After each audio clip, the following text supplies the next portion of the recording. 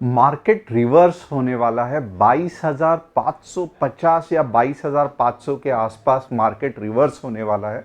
बहुत से बार मैं ये आपको बता रहा था, बट आप में से बहुत लोगों ने कहा कि आप क्यों कंफ्यूज कर रहे हो, ऐसे नहीं होगा, वैसे नहीं होगा। और आप खुद देख सकते हो आज की जैसे ही एग्जिट पोल आया, मार्केट ने लाइफ टाइम हाई बना दिया, 23,300 के आसपास जाके वापस आया। अब आपको ये दुविधा रहेगी कि कल तो इलेक्शन है, इलेक्शन के रिजल्ट्स है, तो क्या कल मार्केट नया कुछ अजूबा दिखाने वाला है, या मार्केट में और क्या हो सकता है जो हमारे सोच के परे है। तो इसका एनालिसिस आज हम डिटेल में करने वाले हैं। सबसे पहले आपको क्या करना है, दो चीज करना है। चैनल को सब्सक्राइब, बेल बटन को हिट। और आज अगर देखोगे 3 ट्रेड्स के जो एनालिसिस किए थे, इनफैक्ट मार्केट इतना सुपर था कि बीटीएसटी का जो फ्री डेमो एनालिसिस किया था सभी कम्युनिटीज में, वो भी बीटीएसटी के पहले ही टारगेट हिट हो गया। तो आपको अगर कल के लिए ऐसे ही धमाकेदार एनालिसिस चाहिए तो बहुत सिंपल है। आप क्या करोगे, नीचे दिए गए व्हाट्सएप कम्युनिटी को क्लिक करके आप हमारे फैमिली का हिस्सा बन सकते हो। कल डेफिनेटली हम उसमें इलेक्शन के लिए कुछ मज़ेदार एक्सपायरी ट्रेड लाने वाले हैं। बहुत ही शानदार ट्रेड मीन्स मूवमेंट आ सकता है, तो डेफिनेटली आप हमारे साथ जुड़ जाइए। अब आइए देखते हैं one by one before going into Nifty and bank Nifty की क्या हुआ। तो ये जो ट्रेड्स थे वो दिए थे, बीटीएसटी का भी ट्रेड दिया था जो यहाँ पे नहीं लिखा है। अब अगर आप चाहते हैं मेरे साथ मुझसे कुछ स्टॉक का एनालिसिस करवाना, तो यहाँ पे देखो जैसे कि पिनल कुमार जी ने बजाज फाइनेंस, देवेंद्र सिंह ने डॉक्टर रेड्डी और सनी परमार जी ने जीआरएसई, ये 3 चीज़ों का आज मैं एनालिसिस करने वाला हूँ। ये रिकमेंडेशन नहीं है, प्योरली टेक्निकल एनालिसिस करने वाला हूँ। Power Grid stock leaps 12% to new record high as investor cheers exit poll. Fantastic. SBI surges to become 7th Indian listed company with rupees 8 lakh crore market capitalization. Fantastic news. Welspun Associates signs rupees 3,670 crore contracts with Aramco for steel pipe supply. तो ये भी एक अच्छी news है। अब एक चीज़ आप जान लो कि हमारा कोई भी टेलीग्राम चैनल नहीं है, जस्ट एक कस्टमर सपोर्ट नंबर है 9152615121। और यस, हम व्हाट्सएप कम्युनिटी में एक्टिव रहते हैं। अब आइए देखते हैं कल के लिए कौन सा ऐसा एनालिसिस हो सकता है। अब दो चीज़ है यहाँ पे जो आपको ध्यान देनी है कि क्या होता है मार्केट में, थोड़ा सा आप ध्यान दो। अब ये रहा समझो एक मार्केट की मूव, या हम ये कह सकते हैं कि ये मार्केट की प्रीवियस रैली थी।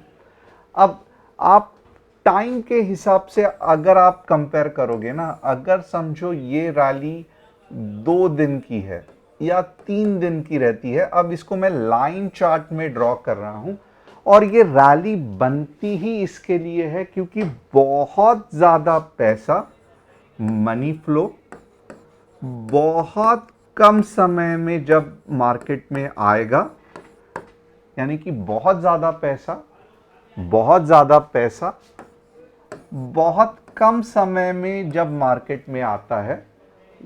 कुछ भी रीजन कुछ भी हो सकता है, फेड रेट कम हो गया, मीन्स या फिर कुछ रिलायंस या अदानी के कुछ स्टॉक्स बढ़ गए, कुछ कॉन्ट्रैक्ट मिल गया।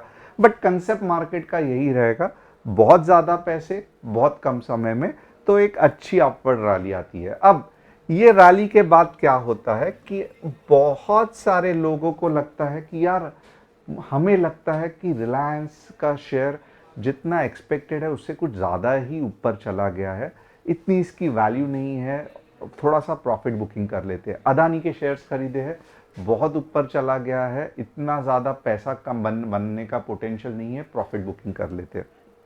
अब ये जो पार्ट रहता है ना, यहाँ पे लोगों के दुविधा रहती है कि अब ऊपर जाएगा, कोई कहता है अब नीचे जाएगा। बट एक चीज ये सभी इसमें कॉमन रहती है कि यहाँ पे कुछ लोग हैं और ये बड़े बड़े इंस्टीट्यूशंस रहते हैं जिन्होंने ये पार्ट में जिन्होंने बहुत ज्यादा पैसा लगाया है। अब यही इन्वेस्टर्स या यही इंस्टीट्यूशंस जिनको अपने एनालिसिस के हिसाब से समझ लगता है कि जितना शेयर का प्राइस बनाया है उतना कंपनी धंधा नहीं कर रही है या धंधा करने का पोटेंशियल फिलहाल तो नहीं लग रहा है, तो प्रॉफिट बुकिंग कर लो। अब ये क्या करते हैं, ये वाले जोन में प्रॉफिट बुकिंग करना चालू करते हैं। और हम जैसे रिटेल इन्वेस्टर्स क्या करते हैं कि बार बार यहाँ पे खरीदते हैं, नीचे चला जाता है, खरीदते हैं, नीचे चला जाता है, खरीदते हैं, नीचे चला जाता है। अब यहाँ पे आप देखोगे ना, तो यहाँ पे रिटेल इन्वेस्टर्स ज़्यादा फंस जाते हैं, इंस्टीट्यूशनल इन्वेस्टर्स बहुत ज़्यादा प्रॉफिट बुकिंग करते हैं। फाइनली क्या होता है, एक पॉइंट आता है जब इंस्टीट्यूशनल इन्वेस्टर्स बेच बेच के पूरा प्रॉफिट कमा लेते हैं। अब यहां से आते हैं वापस वही लोग जिन्होंने ये वाली रैली लाई थी। ओके, कुछ ऐसे लोग जिन्हें लगता है कि अब जाके वापस ये जो रैली थी वैसे ही अब वापस एक नई रैली चालू होने के चांसेस है। अब और यहाँ पे जो सेल कर रहे थे, जो कंफ्यूज, जिन लोगों को लग रहा था कि नहीं इतना ऊपर नहीं जाएगा, इनका पूरा सेलिंग यहाँ पे खत्म होता है। वापस थोड़ा सा कंफ्यूजन और वापस एक नई आशा, एक नई उमंग के साथ नए बुल्स या नए इंस्टीट्यूशंस बाइंग करना चालू कर देते हैं। अब दिक्कत यहाँ पे यही आता है कि ये मैं क्यों समझा रहा हूँ, क्योंकि फिलहाल जो मार्केट की कंडीशन है उसका ही मैं एक्सप्लेनेशन कर रहा हूँ। अब हम जैसे एनालिस्ट को दिक्कत कब आता है कि जब ये प्रीवियस हाई के ऊपर चला जाता है ना, तो हमारे पास जस्ट यही रेफरेंस रहता है कि पिछले बार कितनी बड़ी मूव आई थी, राइट? तो मिनिमम हम एक्सपेक्ट करते हैं कि ये जो लोवेस्ट पॉइंट है यहां से वही मूव आने के चांसेस है। मिनिमम, ज्यादा आएगी तो अच्छा, बट मिनिमम उतना ही चांसेस है। क्यों ऐसा लॉजिक बनता है? क्योंकि जितने लोगों को जाना था उतना चले गए, जितने सेलर्स को पूरी तरीके से पैसा मीन्स स्टॉक खाली करना था उतने खत्म हो गए। अब जब ये वापस नई वेव आई है जो कि पावरफुल वेव रहेगी, वो मोर और लेस पिछले वेव उतनी ही रहेगी। अब ये जो कंसेप्ट आपको समझ में आया रहेगा, एक बार यस कर लो, क्योंकि अब मैं आपको निफ्टी में इसका लाइव एग्जांपल दिखाता हूं और यही एग्जांपल से हम ढूंढेंगे कि कितना मार्केट इलेक्शन के कुछ दिनों के बाद जा सकता है। अब यहां पे क्या हो गया कि एक पावरफुल बायर्स, रीजन कुछ भी होने दो कि फेड का रिजल्ट आ गया, ये हो गया, वो हो गया, मार्केट में पावरफुल बायर्स आए, मार्केट को ऊपर लेके गए। अब या ये वाले जोन पे इस बायर्स में से कुछ लोग हैं जिन्हें प्रॉफिट बुकिंग करना था, तो इन्होंने क्या किया कि मैं कहूँगा 2024 के स्टार्ट से ही ये वाले जोन में प्रॉफिट बुकिंग करना चालू कर दी। फंटास्टिक। और ये प्रॉफिट बुकिंग में कौन फंस रहा था?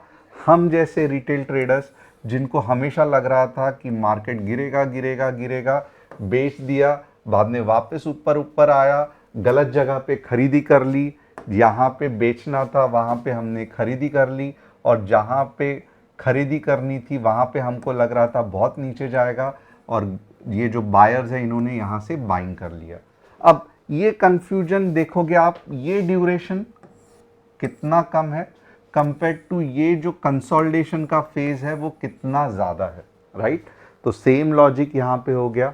अब आज के दिन में पहले बार ऐसा हो गया है कि प्रीवियस हाई के ऊपर मार्केट चला गया है और आपको कुछ ना कुछ ये वेव दिख रहा है, राइट?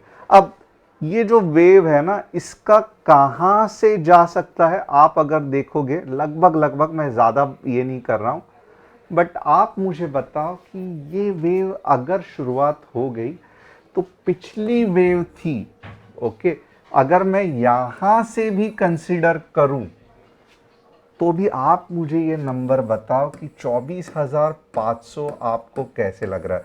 मैं मानता हूँ ये एक दिन में नहीं होने वाला है, मे बी इलेक्शन में नहीं होगा, बट जिस हिसाब से ये पिछला वेव है, जिस हिसाब से ये यहाँ का वेव है, यहाँ पे अब बहुत ज़्यादा चांसेस है, क्योंकि एक तो मोदी जी वापस आ रहे हैं, सेकंड इकोनॉमी बहुत स्ट्रांग रिजल्ट्स आए हैं। तो मेरे हिसाब से 24,500 मार्केट में आना कुछ भी बड़ी बात नहीं है। क्या ये एक दिन में होगा? मैं ये बिल्कुल नहीं कह रहा हूं। यहां पे आप देखोगे 1 2 3 4 5 6 7 8 9 10 11 12 13 14 15 16 एक महीना अगला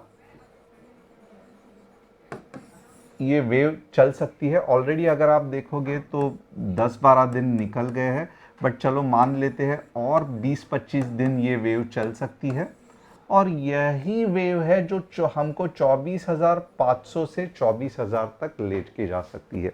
अब मेरे पास कुछ भी इसका, आप कहोगे इसका एनालिसिस करके बताओ, कोई पैटर्न बताओ, मेरे पास नहीं है, क्योंकि ये नया हाई बन चुका है। यहाँ पे हम फिप के अलावा कुछ यूज़ नहीं कर सकते, कोई भी पैटर्न काम नहीं आएगा, और जो भी इंडिकेटर्स रहेंगे वो लैगिंग इंडिकेटर्स रहेंगे।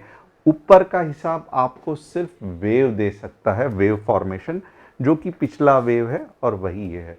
तो आने वाले कुछ समय के लिए मेरा टारगेट रहेगा, अगर इलेक्शन में 350 से लेके 400 तक, इनफैक्ट 400 अगर रहेगा तो निफ्टी 24,500 पार, और 350 रहेगा तो भी 23,800 के आसपास जाएगी ही जाएगी। And at the same time क्या ये बहुत इमीडिएट होगा? नहीं, एक महीना आप पकड़ के चलो। तो ये हो गया हमारा निफ्टी का डिटेल एनालिसिस। अब हम देखेंगे थोड़ा सा बैंक निफ्टी का एनालिसिस, कि बैंक निफ्टी क्या कह रही है। आप ऑलरेडी देख सकते हो कि ये बैंक निफ्टी जो है वो लाइफ टाइम हाई की तरफ जा रही है, बट आप देखोगे पिछला वेव जो बैंक निफ्टी का है, सेम कंसेप्ट से अगर मैं ये करूं, जो पिछला वेव है अगर यहां पे मैं वही करूं, तो मेरे हिसाब से बैंक निफ्टी जो है वो 52,500 से 53K के आसपास जा सकती है। तो ये हमारा गोल्डन नंबर रहेगा, और इनफैक्ट ये बैंक निफ्टी के लिए बहुत छोटा नंबर है, बट स्टिल ये आने के चांसेस बहुत अच्छा है। और कल फिन निफ्टी की एक्सपायरी है, तो थोड़ा सा अलर्ट रहना। अब देखेंगे स्टॉक वाइज बजाज फाइनेंस।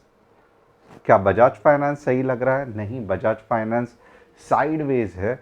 जो ये वेव आई थी इसका किधर भी फॉलो ऑन नहीं मिला, खत्म हो गया। डॉक्टर रेड्डीज उस हिसाब से आप देखोगे तो वीकली चार्ट में या मंथली चार्ट में थोड़ा बहुत बुलिशनेस तो दिख रहा है, और जैसे ये पिछली वेव थी डॉक्टर रेड्डी में नई वेव आने के चांसेस है। तो यस, डॉक्टर रेड्डी पे आपको ध्यान देना है। सेकंड और कौन सा है? तो जीआरएससी भी अगर आप देखोगे तो उस हिसाब से ट्राई कर रहा है ऊपर जाने का, पावरफुल भी है, बट कहीं तो भी ज़्यादा मूव हो गया है, इसके लिए सेलिंग प्रेशर आ रहा है। But overall it is a fantastic. और आप देख सकते हो पिछले बार जब जीआरएससी में बड़ी मूव आई थी तो अच्छा खासा कंसोलिडेशन हुआ था। अब वापस बड़ी मूव आ रही है तो कुछ समय के लिए कंसोलिडेट ज़रूरी होगा। तो मैं जीआरएससी में फ़िलहाल के लिए कुछ हाथ पैर नहीं डालने वाला हूँ। होप आपको एनालिसिस पसंद आया रहेगा। चैनल को सब्सक्राइब, बेल बटन को हिट करना मत भूलना, और हमारे कम्युनिटी को ज्वाइन करना बिल्कुल भी मत भूलना। कल एक्साइटिंग दिन रहेगा, पूरे दिन अलर्ट रहना, अच्छा खासा पैसा कमाने के चांसेस आपको मिल सकते हैं।